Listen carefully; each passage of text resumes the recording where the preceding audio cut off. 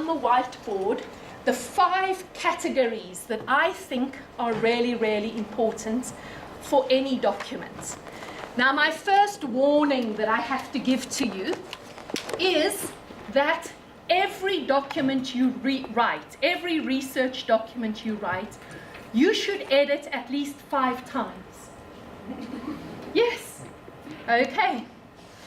And there's preparatory work that you need to do at the composition stage before you write sentences. Okay. I'm going to be very rude. Yes. What did you say? There's preparatory work you need to do before you write a sentence. Okay. Because you know how many of us are, and I'm going to be very rude now, but many of us, it's like we throw up on the paper. You just, words. Okay, from the brain to the paper.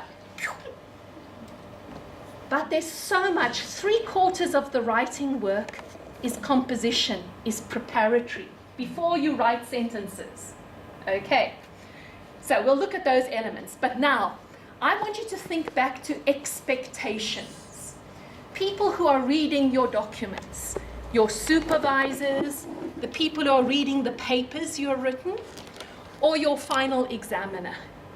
I want you to think of 5 things for each one of those categories that they will be expecting. So, for example, let's try content. What do you think your examiners or your reader expect of your content?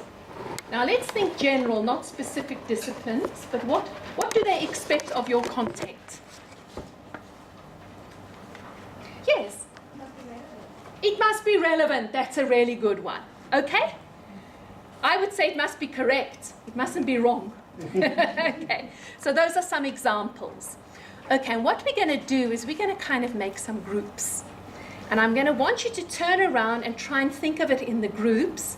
And then I'm going to give, then 2 or 3 people from the group can go and write it on the board, what you've come up with. All right. So these people in this corner, you're this group, and you're writing on that board. You people over here, you have that whiteboard. The people at the back, you have a whiteboard there. And the people at the back on that side, you have a whiteboard there.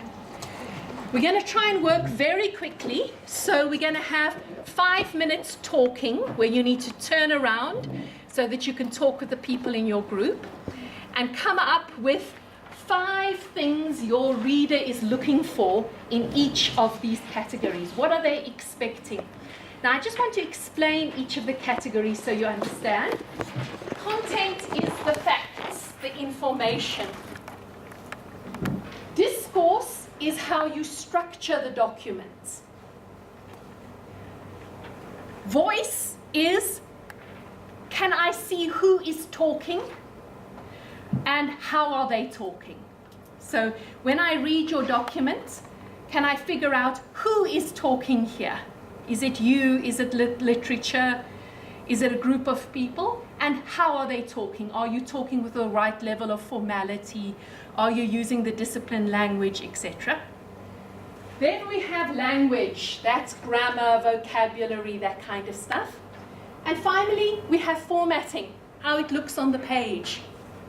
All right, how does the document look on the page? And we don't think that those things are important, but all of them are important. So in relation to each of those categories, so like your supervisor who was complaining about how many pages you had, that was a formatting issue. Your supervisor had an expectation of length. Right.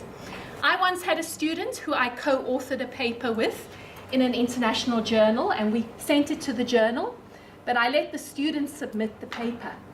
And he came back and he said, the admin lady of the journal has rejected the paper. How can they do this? This is such a good paper. They haven't even looked at it. And I went into the journal management system and I saw he hadn't followed the requirements for the margins. And his abstract was too long. Now, I hadn't checked the requirements of the journal. That was his job. So we were rejected just because we'd made some formatting mistakes.